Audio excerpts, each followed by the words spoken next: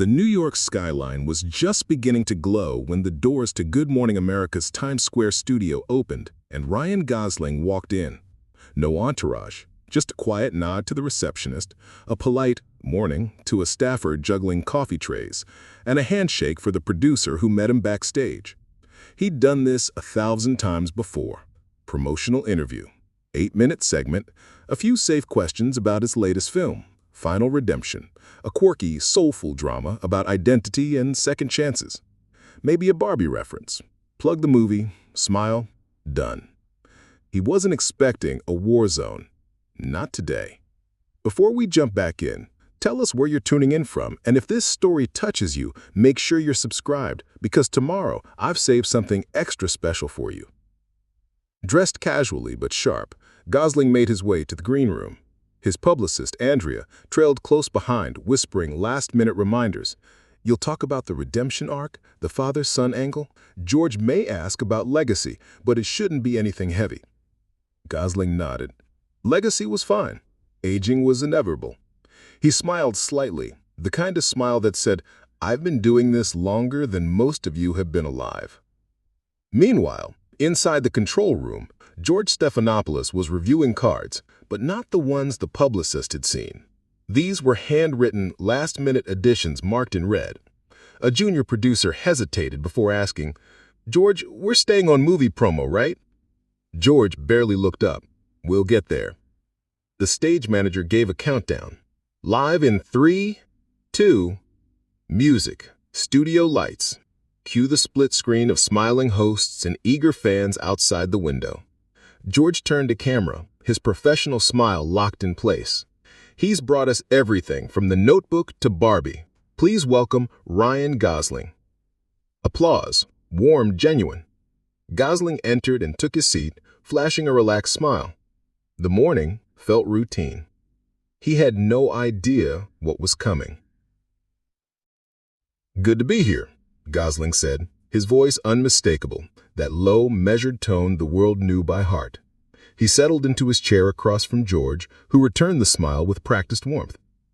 Let's start with Final Redemption, George began, leaning forward slightly.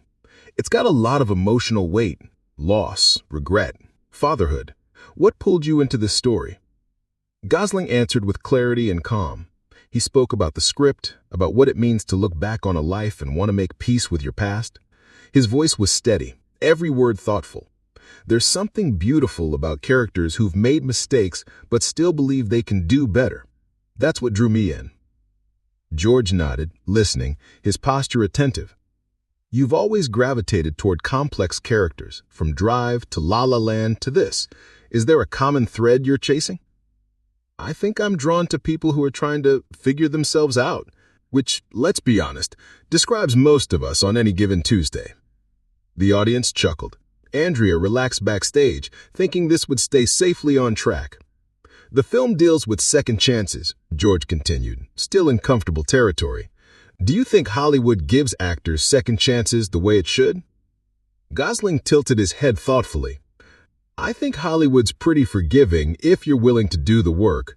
The real question is whether you give yourself a second chance. More polite applause. George smiled wider, but in his peripheral vision, those red-marked cards waited.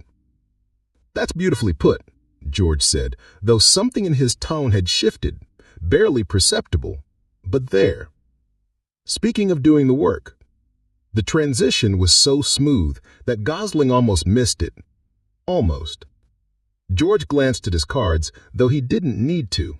The shift was coming, and he knew exactly how to make it feel natural.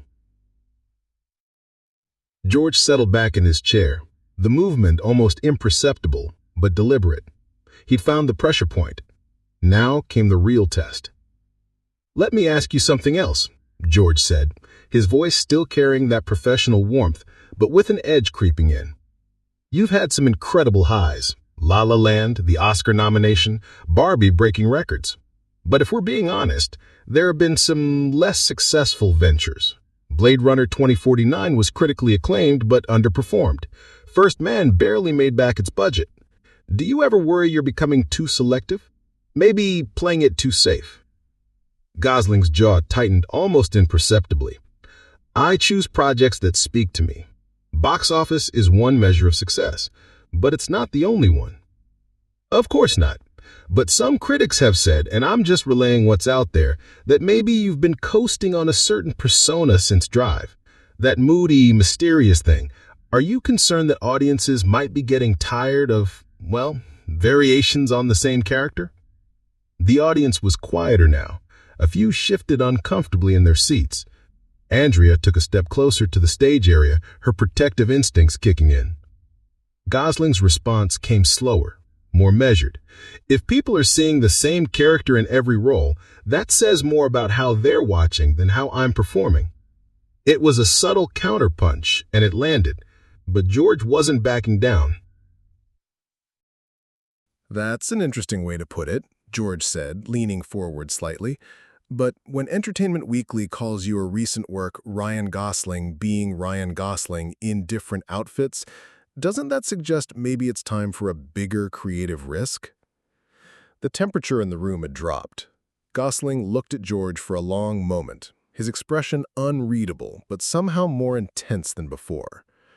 "George," he said quietly, "are we here to talk about my film, or are we here so you can take shots?"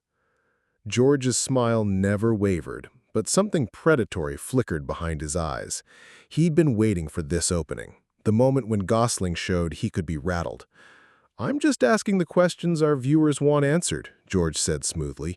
"And speaking of things people want to know about?" He glanced at his red-marked cards, and Andrea's blood ran cold. This wasn't on any approved list. "You've been incredibly private about your personal life. You and Eva, your daughters. Some people admire that, but others wonder if maybe you're managing that privacy a little too carefully. There have been whispers in Hollywood about image control, about how your family's public appearances are orchestrated. Care to comment?" The change in Gosling was instant and stark. His entire body language shifted, spine straightening, eyes hardening, the easy conversational flow freezing midstream. The audience felt it immediately. A few audible intakes of breath. Someone whispered, "Oh no." Andrea's mouth formed a silent no from the wings. Gosling stared at George for what felt like an eternity, but was probably only 5 seconds. When he finally spoke, his voice was lower, colder. "My family is off limits, George." "I understand that, George," said George, his tone falsely conciliatory, "but when your daughters appear on red carpets, when there are carefully curated Instagram posts, people naturally wonder about the balance between privacy and publicity. Are you using your family to maintain relevance?" The question hung in the air like a toxic cloud. Several audience members actually gasped audibly. One person said, "Jesus Christ," under their breath. Gosling didn't move. Didn't blink, just stared at George with the kind of stillness that made the air itself seem dangerous. "You want to repeat that question, George?" His voice was barely above a whisper, but it carried perfectly in the suddenly silent studio. George, sensing he'd hit something nuclear, tried to pivot with a nervous laugh.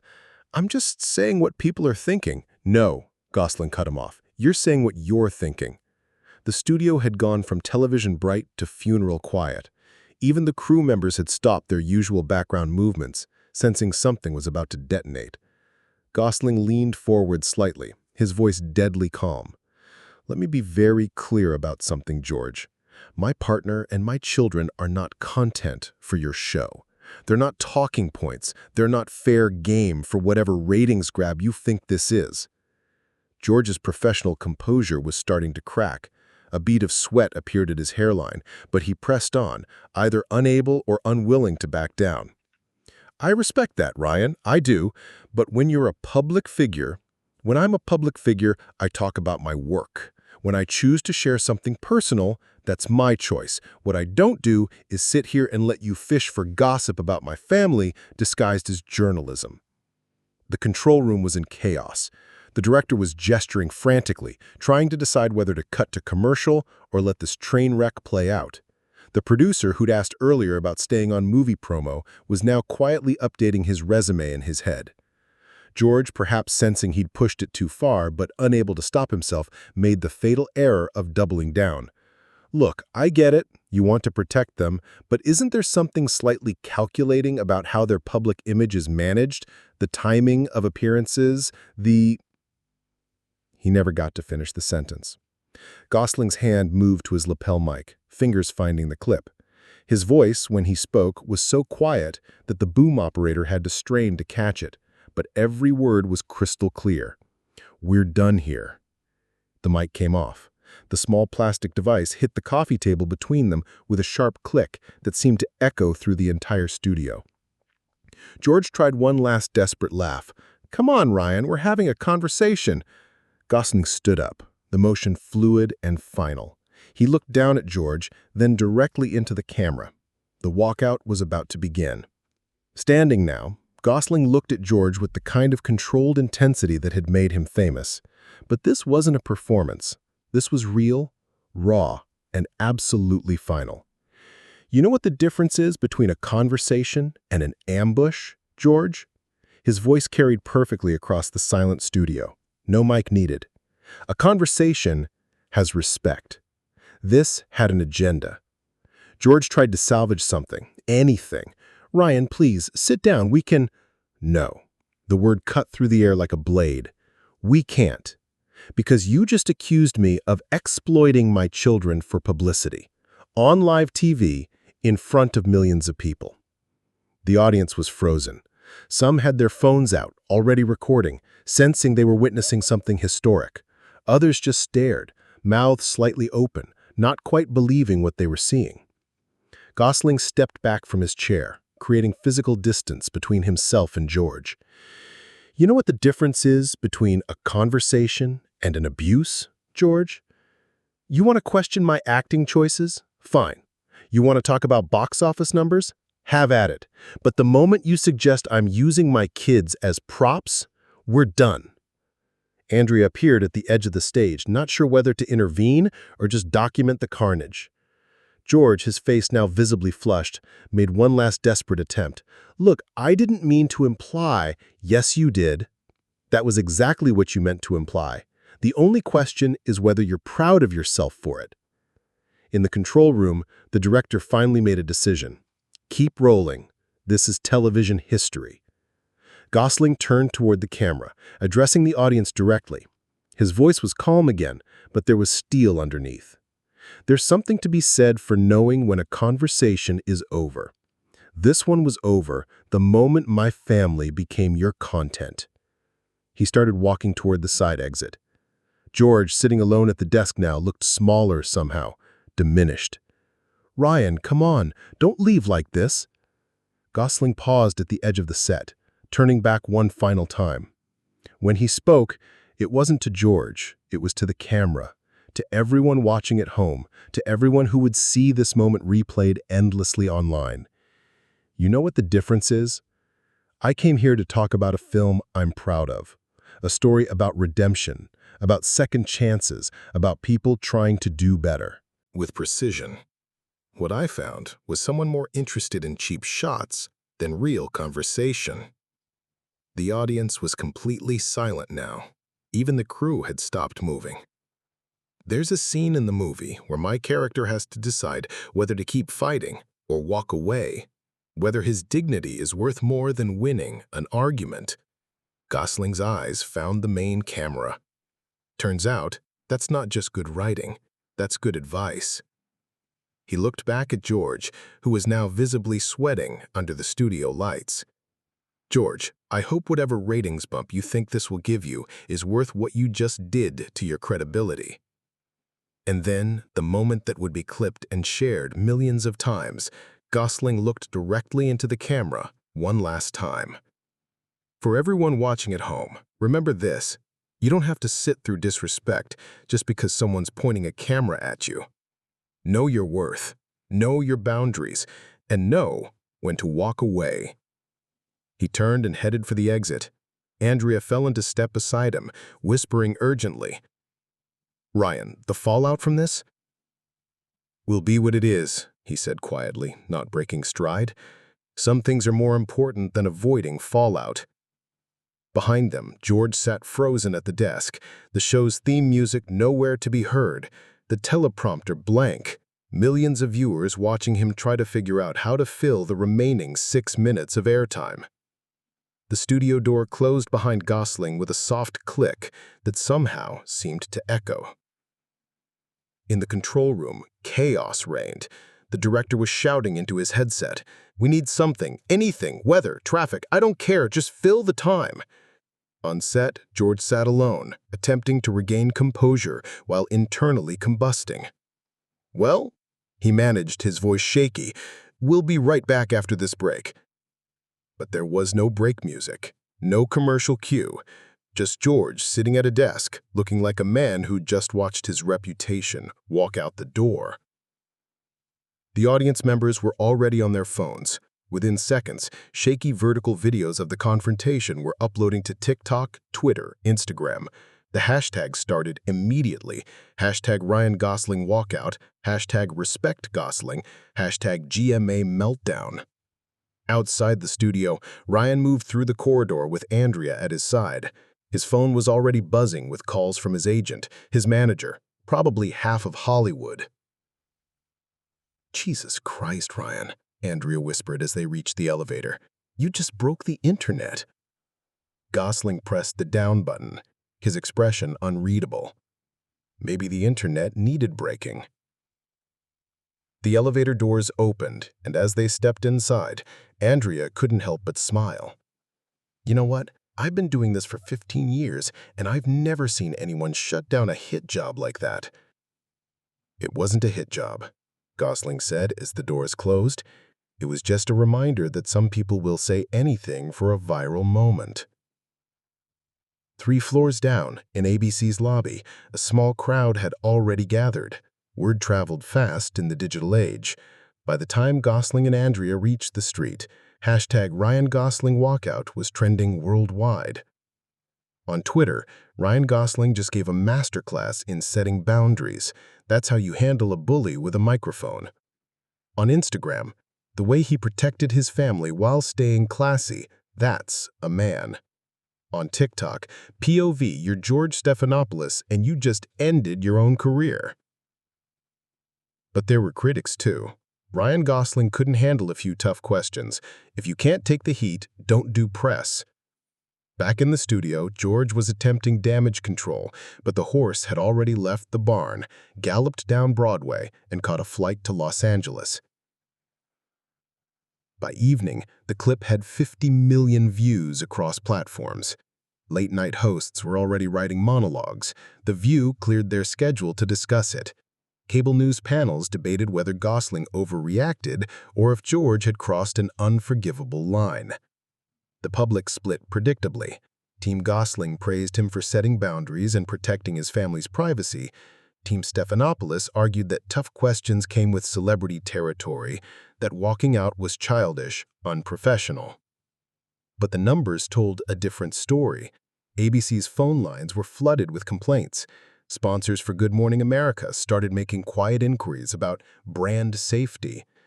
Meanwhile, advance ticket sales for Final Redemption jumped 300% overnight. George issued a carefully crafted statement by 6 p.m. "I regret if my questions made Mr. Gosling uncomfortable. That was never my intention." It satisfied no one and convinced fewer.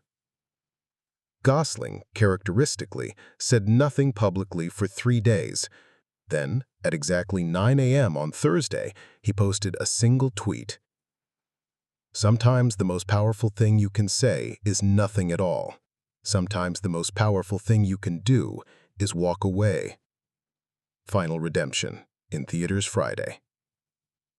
The quote went viral faster than the original walkout.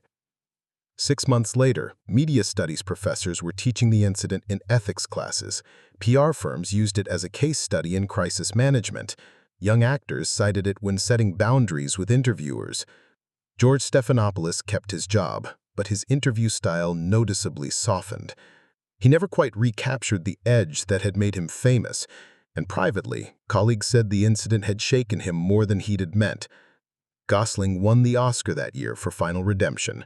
In his acceptance speech, he thanked his family for their patience, his director for the vision, and Everyone who knows the difference between curiosity and exploitation. He never mentioned the walkout. He didn't need to. Some moments speak for themselves. Some boundaries once drawn become permanent. And sometimes the quiet power of walking away echoes longer than any words you could have said. The clip still gets shared whenever a celebrity stands up to unfair treatment. It's become shorthand for dignity under pressure, for knowing your worth, for the radical act of simply saying no. Final Redemption became Gosling's biggest box office success, but that morning in Times Square became something more valuable. A reminder that respect is non-negotiable, boundaries are not optional, and sometimes the most important performance happens when you stop performing altogether.